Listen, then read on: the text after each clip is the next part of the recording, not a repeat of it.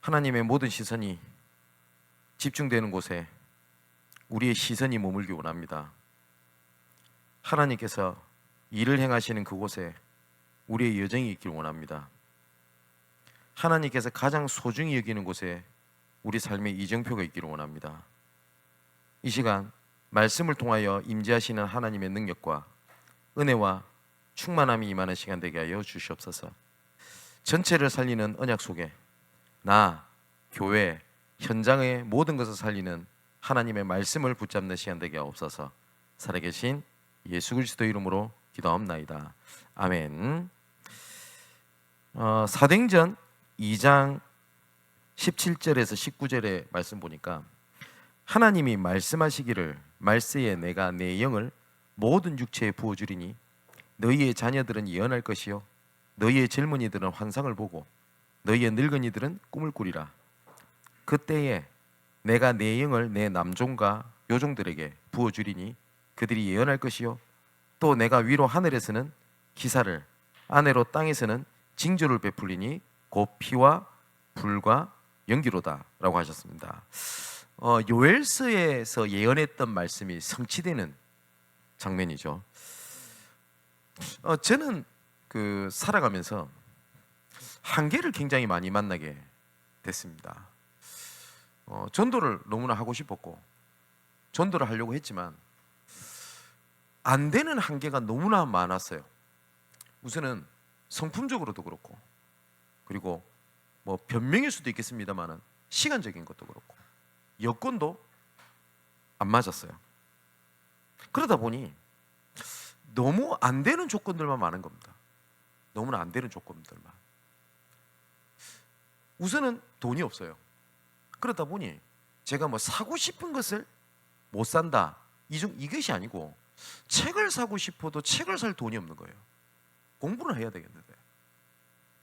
그래서 좀 힘들다 이런 생각을 좀 많이 했고요.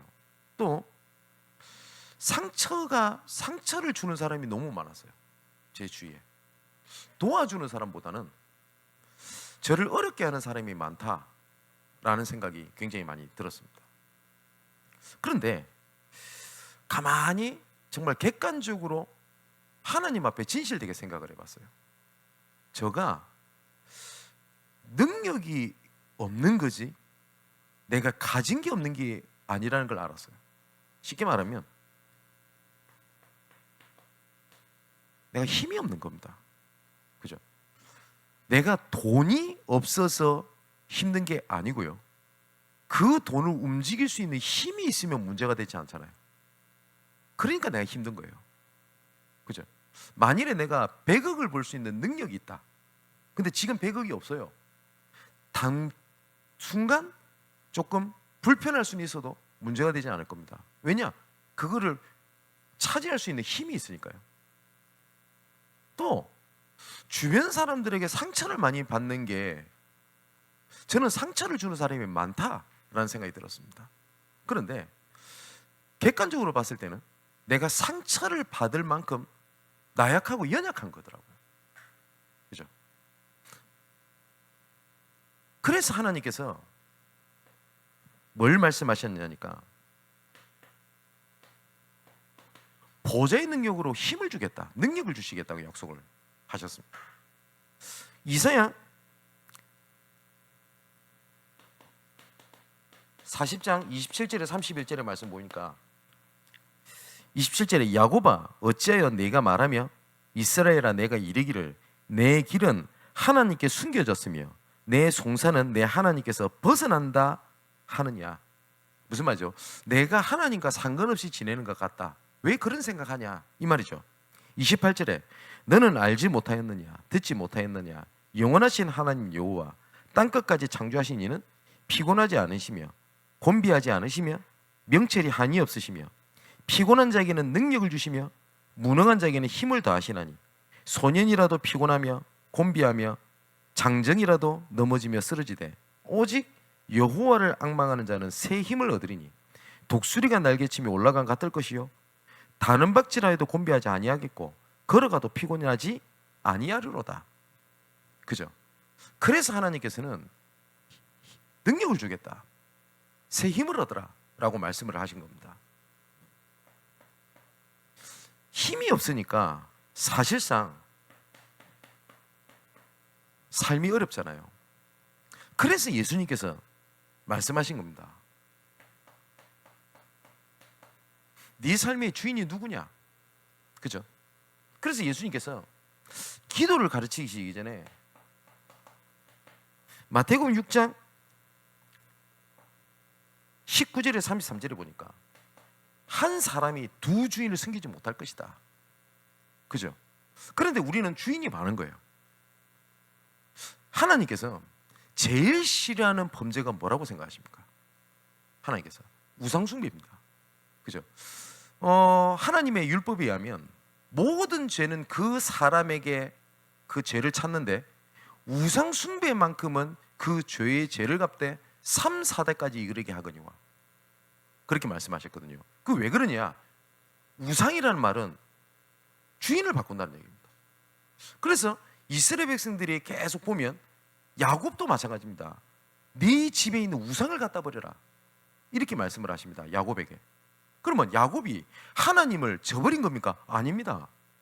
이스라엘 백성들이 우상 숭배했던 것이 하나님을 저버린 겁니까? 표면적으로 아닙니다. 하나님도 믿고 우상도 믿었어요. 그죠? 사실상 하나님께서, 예수님께서 이 말씀하시는 겁니다. 네 삶의 주인이 두 주인을 섬기지 못할 것이다. 그죠? 또 세 번째로, 우리가 인생은 선택의 연속입니다. 그렇기 때문에 이때 어떤 것을 분별하느냐에 따라서 모든 것이 결정이 되거든요. 그래서 빌립보서 1장 3절에 11절에 보니까 지극히 선한 것을 분별해라. 그죠? 그래서 하나님께서 말씀을 하신 겁니다. 내 너에게 힘을 주겠다. 그죠? 눈을 들어 산을 보니 우리 도움이 어디서 올까? 천지를 지으신 여호와께로 말미암느니라. 무엇에 방향을 맞추냐? 이걸 보고 하나님의 망대라고 얘기를 합니다. 그죠? 무엇의 삶은 삶이냐에 따라서, 여기에 따라 여정이 달라집니다. 그죠? 만일에 내 지나갔던 과거의 상처가 내 주인이 돼버리면 상처에 의하여 내 삶을 살아가요. 상처 안 받는 쪽으로. 그죠? 내가 상처 피하는 쪽으로. 지극히 선한 것을 분별해라 이랬는데, 결정적인 순간에 내가 무엇을 선택을 하냐, 이걸 보고 우리가 이정표라고 그러거든요. 여기서 거의 모든 것이 결정됩니다. 그래서 제가 잘 쓰는 표현이 무엇다운 성령 인도를 받냐, 이게 모든 것이거든요. 우리가 생각을 할 때는 내가 성령 인도 잘못 받으면 일이 잘 안 되고 성령 인도 잘 받으면 일이 잘 된다, 이렇게 생각을 하거든요. 그러면 그러면 성령 인도 받냐 안 받냐라고 하는 주체가 나한테 달려 있다는 말입니까? 그렇지 않습니다. 하나님께서는 잘못하면 등을 져버리고 잘하면 어이구 잘한다면서 등 두드리시고 그런 하나님이 아니시거든요. 그러면 어떤 인도를 받느냐에 따라 딱 그 수준에 맞는 딱 인도를 하십니다. 그죠? 어린아이 같은 신앙은 젖을 먹는 단어입니까? 그죠? 어린아이다운 성령 인도를 받으면 딱 그때에 맞는 응답을 봅니다. 중요한 거는. 그죠? 내가 중요한 여러 가지 위기, 어려움의 선택의 순간에 어떤 성령 인도를 받냐가 내 모든 삶의 이정표가 결정이 됩니다. 바울은 문제나 사건이 있었을 때마다 어떤 인도를 받았냐? 전도자다운 인도를 받았어요. 그랬더니 하나님이 지경을 넓히시는 겁니다. 그런데 이스라엘 백성들은 문제가 오면 뭐다운 성령 인도를 받냐? 노예다운 성령 인도를 받아요. 그러다 보니 어떻게 합니까? 노예 때는 그래도 고기도 먹었고 뭡니까? 부추도 먹었고 불신앙도 굉장히 구체적으로 합니다. 마늘도 먹었고 네. 먹는 거 얘기밖에 안 해요. 애굽으로 돌아가자. 애굽으로 돌아가자. 그러니까 하나님께서는 뭘 계속 주시죠? 먹는 걸 계속 응답 주십니다. 만나, 메추라기, 맞죠? 그리고 목마르다니까 물 주고, 맞죠? 근데 이스라엘 백성들이 요 체제를 딱 못 넘어서요. 그러고 난 다음에 이것이 그대로 가는 겁니다. 그러다가 예수님이 드디어 오셨어요. 그랬더니 예수님을 따라다닙니다. 근데 예수님께서는 이 무리와 함께 하는 것을 약간 부담스러워 하셨어요. 근데 자꾸 따로 이렇게 가시는데 끝까지 쫓아갑니다. 스토커처럼. 그래서 예수님이 한마디를 하시는 겁니다. 뭐라고 말씀하시냐? 너희들은 나를 보고 따라오는 것이 아니지 않냐? 진짜 너희들은 뭐 때문에 따라다니냐? 라고 얘기를 하니까 그때 이스라엘 백성들이 딱 그 얘기를 합니다. 우리 선조들도 모세를 따라다니면서 만나와 메추라기를 먹었지 않습니까? 보세요. 그때 예수님이 하신 말씀입니다. 내가 주는 떡은 영원히 줄이지 아니할 것이다. 근데 이거를 또 육신적으로 딱 해석합니다. 그 떡 우리한테 좀 주세요 라고 얘기를 하잖아요. 그죠? 딱 그 수준에 맞는 성령님도 딱 받습니다. 그죠? 그게 우리 이정표입니다. 오늘 그 본문에 보면 하나님의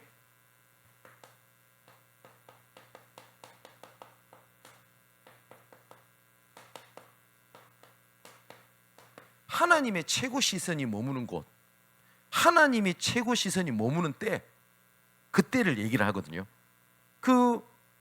뭡니까? 요엘서에 말씀하셨던 그 말씀이 하나님의 시선이 머무는 그곳에 하나님의 말씀이 성취가 된 겁니다. 또 그 사도행전 7장 55절에서 60절의 말씀 보면 스데반이 돌에 맞아 죽습니다. 마지막에 이렇게 기록되어 있어요. 스데반이 성령이 충만하여 하늘을 우러러 주목하여 하나님의 영광과 및 예수께서 하나님의 우편에 서신 것을 보고 말하되 보라 하늘이 열리고 인자가 하나님 우편에 서신 것을 보노라 한대 라고 되어 있습니다. 그 보좌에 앉으신 그리스도, 이 표현이 굉장히 많은데 보좌에 일어서셨다라고 기록되어 있는 딱 한 곳이 나오거든요. 딱 그때입니다. 언제? 스데반이 딱 순교하는 그 순간. 그리고 스데반이 죽었다라고 안 되어 있습니다. 스데반이 잔이라 이렇게 기록되어 있어요. 그러니까 하나님의 최고의 시선이 머물렀던 그때 뭐라고 되어 있습니까? 아까 얘기했듯이 하나님의 영광과 및 예수께서 하나님 우편에 서신 것을 보고 말하되 보라 하늘이 열리고 인자가 하나님 우편에 서신 것을 보노라 한대 라고 되어 있습니다. 그죠? 그럼 한번 생각해 보십시오. 하나님의 시선이 머무는 곳에 나의 시선이 있다면 어떻게 되겠습니까? 정말 그렇다면 하나님께서 그냥 두시지 않을 겁니다. 하나님께서 가장 원하시는 곳에 내 삶이 방향에 맞추고 있으면 어떻게 되겠습니까? 응답을 쫓아가는 것이 아닙니다. 그죠? 응답은 따라올 수밖에 없습니다.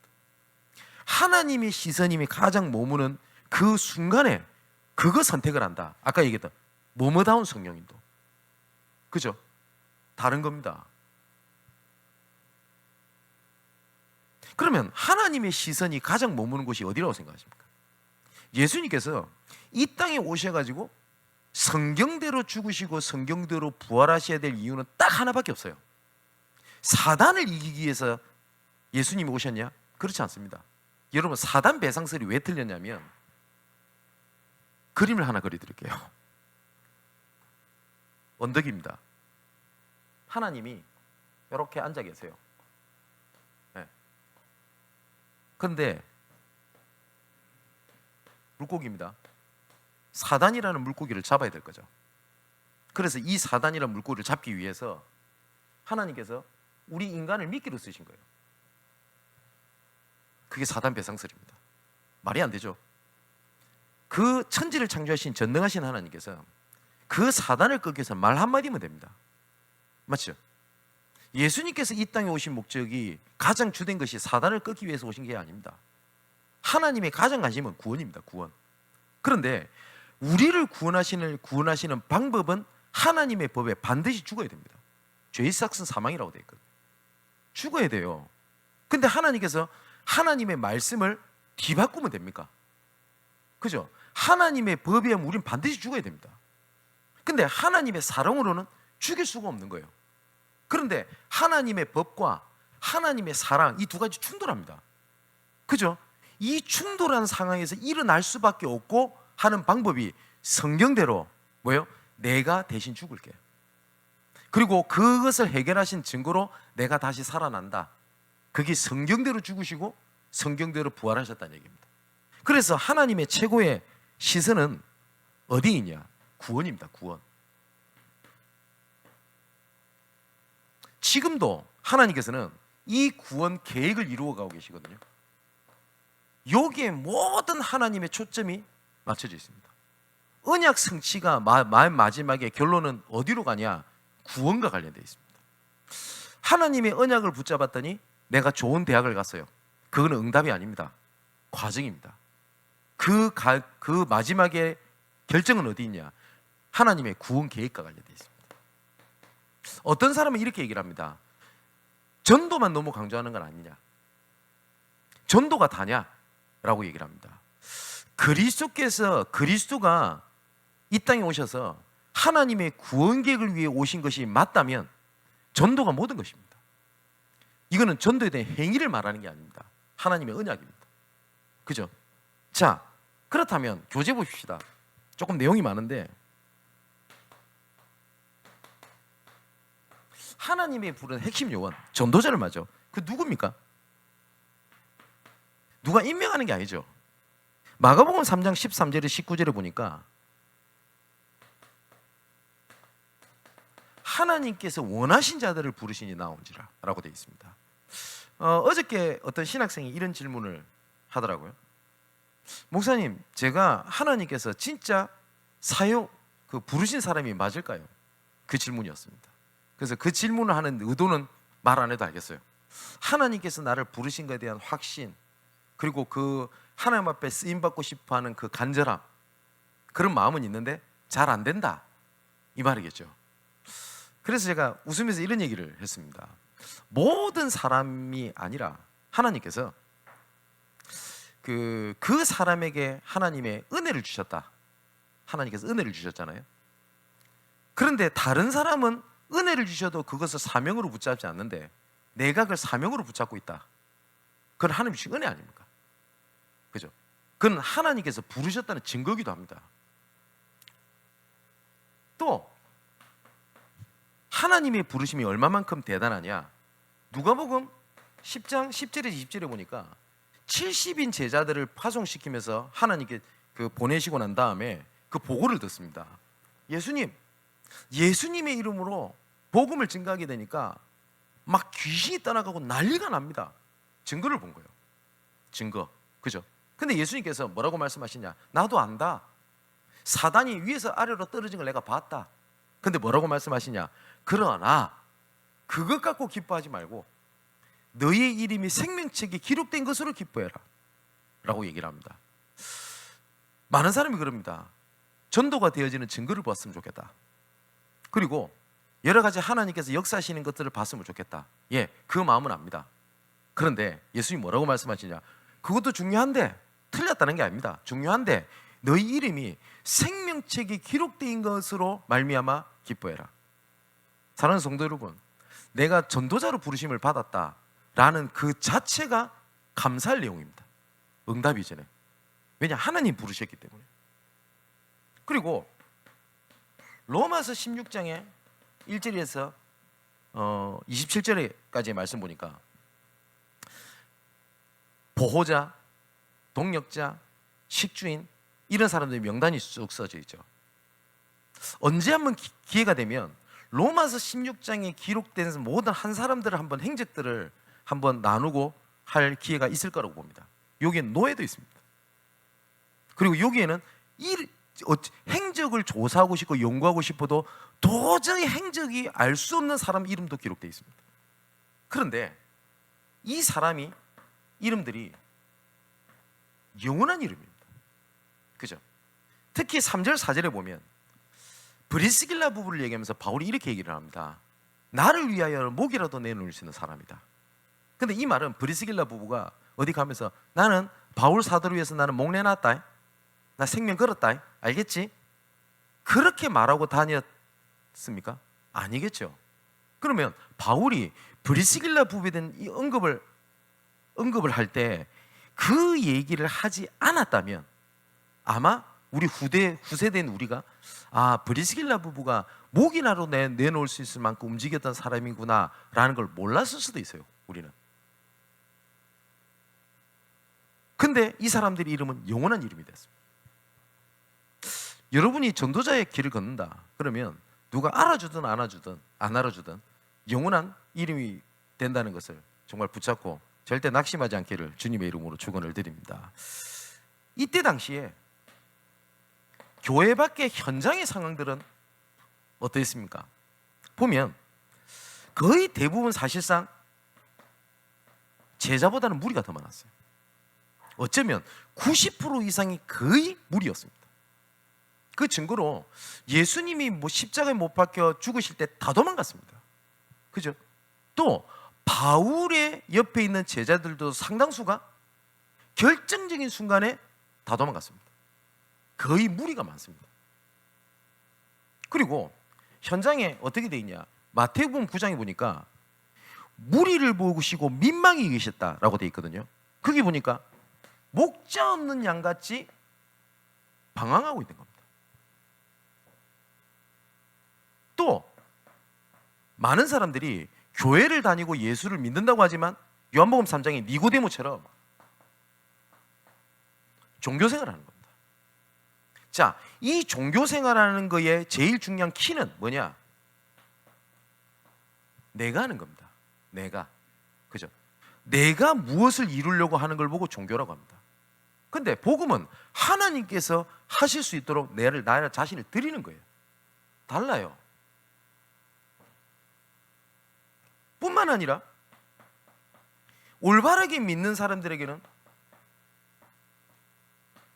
핍박이 계속 오게 되고요. 사도행전 17장에는 아시죠? 깡패까지 동원해가지고 전도에 대한 방해를 엄청나게 합니다.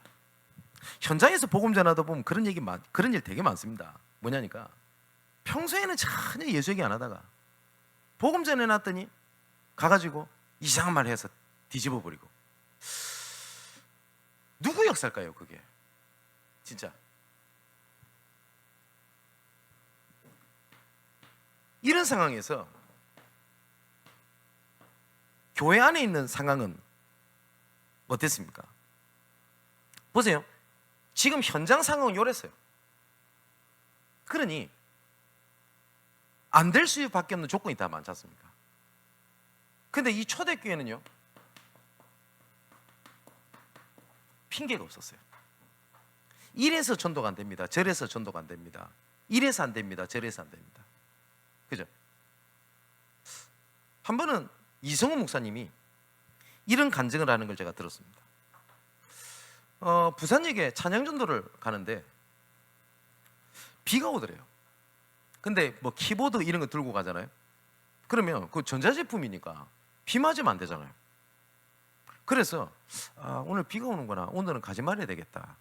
그래서 안 갔대요. 근데 그 상황을 알듯이 질문하더랍니다. 그때 전도사더니까 이 전도사 이번에 찬양전도 갔나? 그랬더니 그렇게 말씀하시더래요. 아니요, 이번에 그 전자제품이 젖을까봐 안 갔습니다. 그래서 유 목사님이 화를 내시는 게 없거든요. 그분이. 저도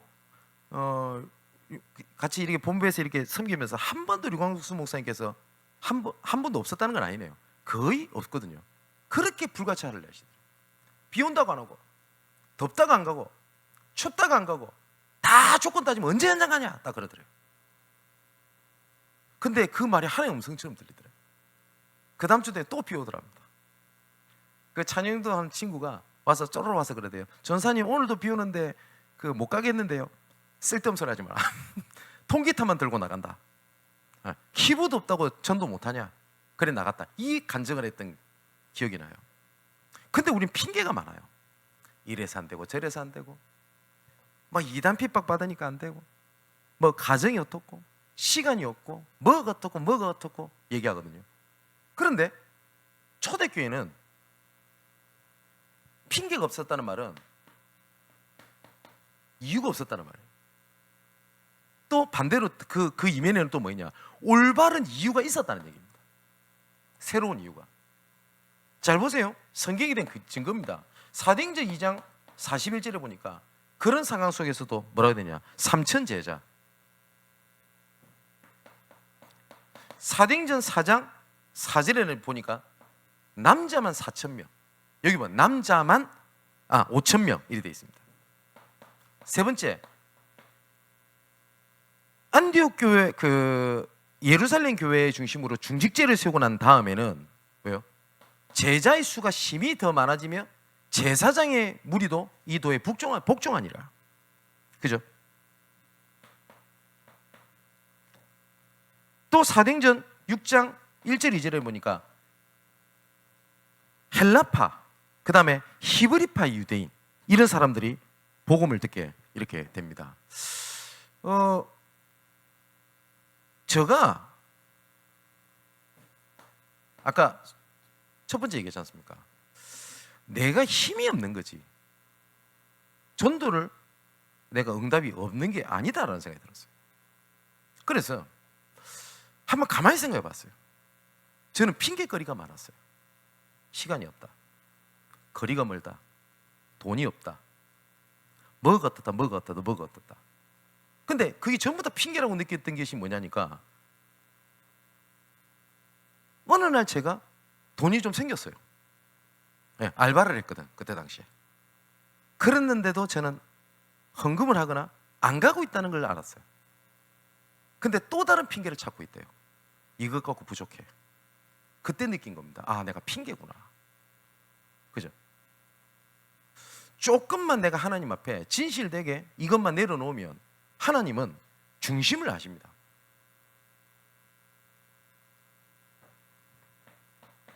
네 번째입니다. 당시에 하나님께서 전도 운동을 위해서 하나님이 주신 유일한 방법이 있습니다. 방법. 마태복음 28장 19절 20절, 마가복음 3장 13절 15절에 여기에 공통적인 단어가 있습니다. 함께입니다. 그죠? 그러면 하나님이 나와 함께 하신다. 하나님 나와 함께 하십니다. 하나님께서는 우리와 함께 하신다. 하나님께서는 모든 것을 통하여 함께 하신다. 이게 비밀입니다. 근데 대부분 사람들이 요까지는 알아요. 아, 하나님이 나와 함께 하신다. 근데 뭐가 안 되는지 압니까? 요게 안 돼요. 입만 해요. 우리와 함께가 안 돼요. 그게 우리 한국 사람들의 약간 공통적 특징인 것 같기도 해요. 개인적으로 봤을 때 굉장히 모래알처럼 반짝반짝 하는데 잘 뭉쳐지지가 않아요. 뭐냐, 자기 기준이 너무 강해요. 자기 기준이. 근데 하나님은 우리와 함께 하시거든요. 근데 이게 왜 중요하냐? 전도에서 제일 중요한 것은 하나가 뭐냐면 팀 구성입니다. 누구와 함께 할 것이냐, 누구를 통해서 들어갈 것이냐. 그죠? 근데 그것을 찾아내려면 내 기준, 내 방법, 내 색깔 내려놔야 돼요. 그렇지 않으면 안 보입니다. 그게 함께 하려고 하는데, 그잖아요. 근데 대부분 함께 한다고 그러면 어떻게 생각합니까? 내가 원하는 사람을 찾으려고 그래요. 자기가 원하는 사람을 찾을 수 있는 분은 전능하신 하나님 외에는 없습니다. 자기가 원하는 자를 부르시니 나온지라. 근데 바울이 이 함께하기 위하여 했던 것이 어디 잘 나옵니까? 고린도전서 9장에 잘 나옵니다. 뭐라고 얘기를 하냐? 나라도 우리라도, 그 바울 팀을 얘기합니다. 자기 권리를 누리고 싶은 사람이 없겠냐? 다른 사람들도 저렇게 살고 이 사람도 이렇게 사는데 우리라고 그런 권리를 할 수 없냐? 할 수 있다라는 거예요. 그런데 우리가 그런 권리를 다 내려놓기 위함은 혹시 아무쪼록 몇 사람을 얻기 위함이요. 기준이 뭐였어요? 살리는 것이라면 내 권리도 포기한다. 그래서 뭐라고 합니까? 나는 율법 아래 있지 아니하지만 율법 아래 있는 사람처럼 행하는 이유는 율법 아래 있는 사람을 얻기 위함이요. 맞죠? 나는 얽매인 사람이 아니지만 얽매인 사람처럼 행하면 그 사람을 얻기 위함이다. 기준이 뭡니까? 현장에 맞추는 거예요. 나를. 그죠? 뭡니까? 그 카멜레온이 환경에 맞게 자기 색깔을 맞춘다면서요. 그죠? 그런데 우리는 뭐냐? 내 스타일. 그걸 뭐 어떻게 합니까? 나는 저런 스타일 싫어. 나는 저런 사람이랑은 좀 싫어. 저런 사람들을 제외하고 내 전도했으면 좋겠어요. 근데 전도를 해야 되겠어요? 그러면 안 돼요. 그죠? 그 바울이 했던 것이 그거 보고 임마누엘. 그리고 원네스라고 하는 말은 뭡니까? 모든 것을 하나님께서 한명해서 선을 이루시는 겁니다. 모든 사건을 뭘로 보는 거냐? 하나님께서 함께 구원 계획을 이루는 걸로 보는 겁니다. 집안에 문제가 일어나도, 그죠? 그때 하나님의 시선이 머무는 겁니다. 성령 인도가 전부 다거든요. 그죠?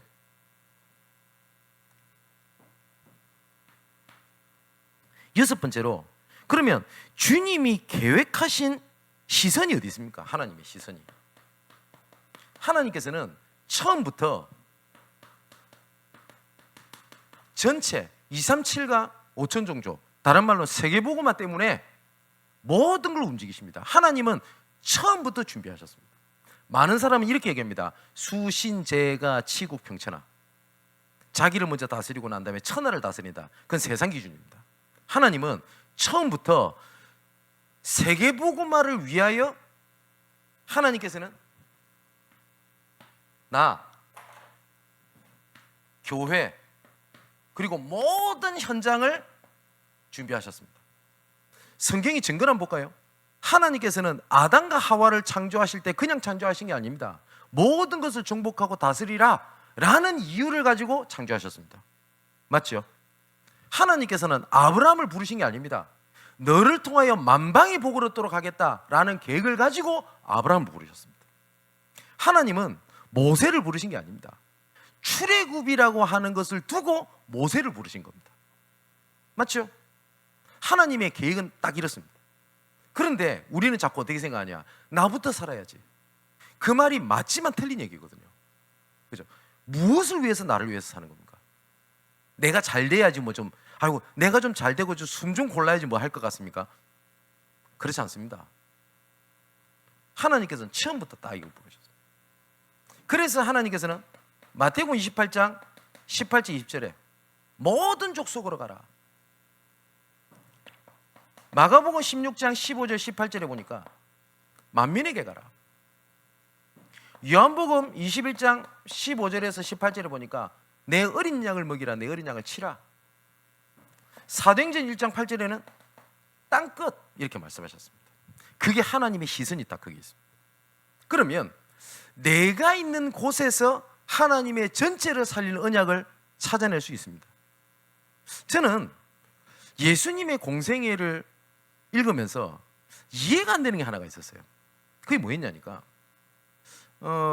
사도들을 보내시면서 이런 말씀하십니다. 마태복음 10장이죠. 너희들은 이방인을 고을로도 가지 말고 사마리아도 가지 말고 오히려 이스라엘의 어린 양에게로 가라. 이렇게 말씀하세요. 근데 그것만 봐서는 야 너희들 유대인, 너희들 주변 사회 가는 것이 더 중요해. 이렇게 보이잖아요. 또 예수님께서 이렇게 말씀하십니다. 예루살렘을 떠나지 말고 이렇게 말씀하십니다. 아니 하나님께서는 처음부터 세계복음화를 준비하셨는데 왜 떠나지 말라고 하시지? 그게 무슨 말인지 압니까? 나의 삶의 황금어장을 말씀하시는 겁니다. 그 안에 다 있어요. 그 안에. 저는 워낙 신학생 때 가난하니까 해외 선교를 가본 적이 없어요. 뭐 관심이 없어서 안 간 게 아니고 돈이 없어서 못 갔어요. 돈이 없으니까. 당장 졸업여행을 가려고 하는데 돈이 있습니까? 이스라엘 가려고. 그때 당시에 뭐 250 이러는데 없어요. 그런데 제 마음속에는 이런 생각이 좀 많았어요. 뭐냐니까 아까 말했던 핑계가 많아요. 다 환경 핑계를 대요. 조금 더 나를 좀 도와주는 사람이 있었으면 더 잘할 수 있겠다. 우리 교회가 배경이 되어줬으면 좋겠다. 뭐가 어땠으면 좋겠다. 이런 게 내가 이거에 대해서 잡힌 것은 아닌 것 같습니다만은 그게 은근히 마음속에 많았어요. 신학생들 동기들 보니까 뭐 가족들 중에서나 이런 분들이 그 교단 내에서 조금 이름 있는 장로님, 이런 목사님들이 있다. 배경이 되더라고요. 부럽더라고요. 근데 저는 저 밑에 지방에서 전도사로 올라왔는데 어느 누구도 저보고 전도사로 온 데가 없어요. 네. 그러니까 저는 그 생각이 많이 들었어요. 아, 그랬으면 좋겠다. 그런 거 있죠. 혹시 해외에 갈 일이 뭐가 있을까? 뭐 이런 거였습니다. 저는 정말 그랬어요. 근데 조금 생각을 바꿨습니다. 어떤 생각이 바꿨냐니까 지금은 어떤지 모르겠습니다. 그때 당시에 동삼제일교회, 그때 서초지교회, 그때 어떤 생각이 드냐? 아, 저런 교회에서 부교육자 생활하면 얼마나 좋을까? 얼마나 은혜 받고 행복할까? 그러다 보니까 여기 기웃거리고 저기 기웃거리고. 그리고 전도 캠프 때도 약간 이런 게 있었어요.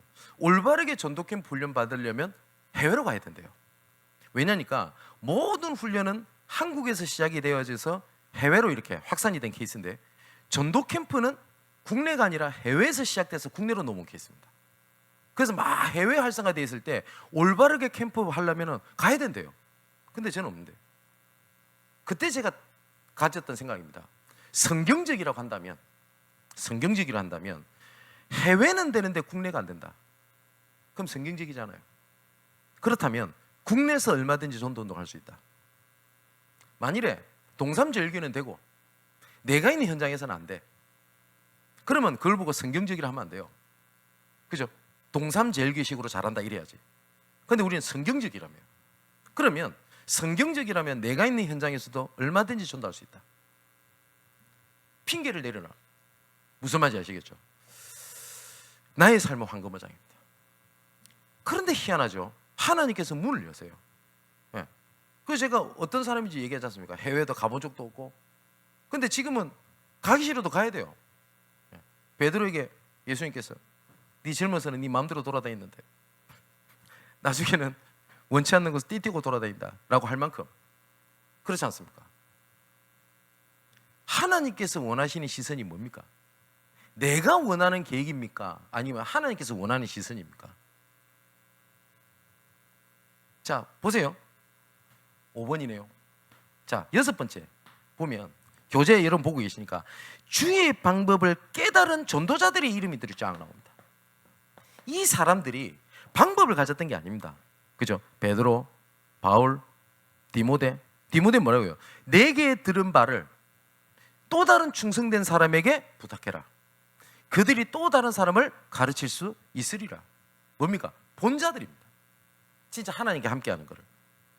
그 다음에 루디아라든지 브리스가, 그 다음에 로마서 16장 일꾼들, 요한 3사의 이런 사람들이 그거를 본 거예요. 그죠? 눈, 증인입니다.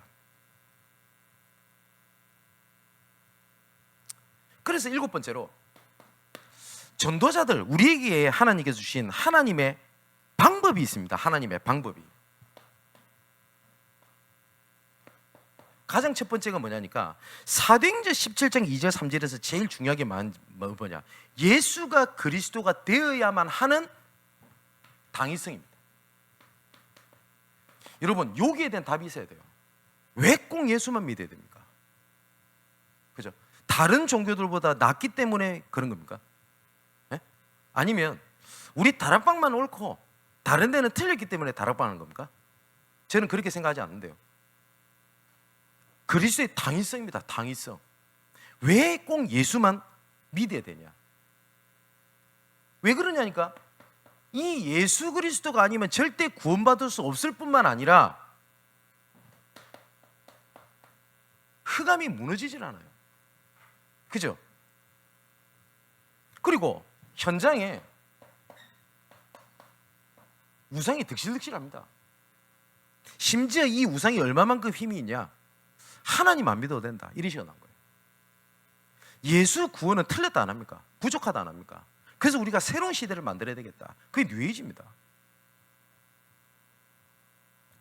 그런데 하나님께서 복음을 위해서 남은 자 예비되어 있어요. 분명히. 이걸 진짜 확인해야 돼요. 내 현장에. 야, 이런 말을 믿나? 이런 생각이 들죠. 근데 하나님이 예비된 사람이 있다니까. 그리고 그런 사람들이 진짜 복음으로 치유받도록 돕는 겁니다. 자, 그럼 한번 보십시오. 하나님의 시선이 어디에 있습니까? 하나님의 시선이 전체를 살리는 하나님의 구원입니다. 그렇다면 우리 렘넌트들, 우리 전도자들이 기억하셔야 됩니다. 그냥 내가 조금 응답받기 위해서 하나님이 나를 부른 게 아닙니다. 전체를 살리는 언약을 가지고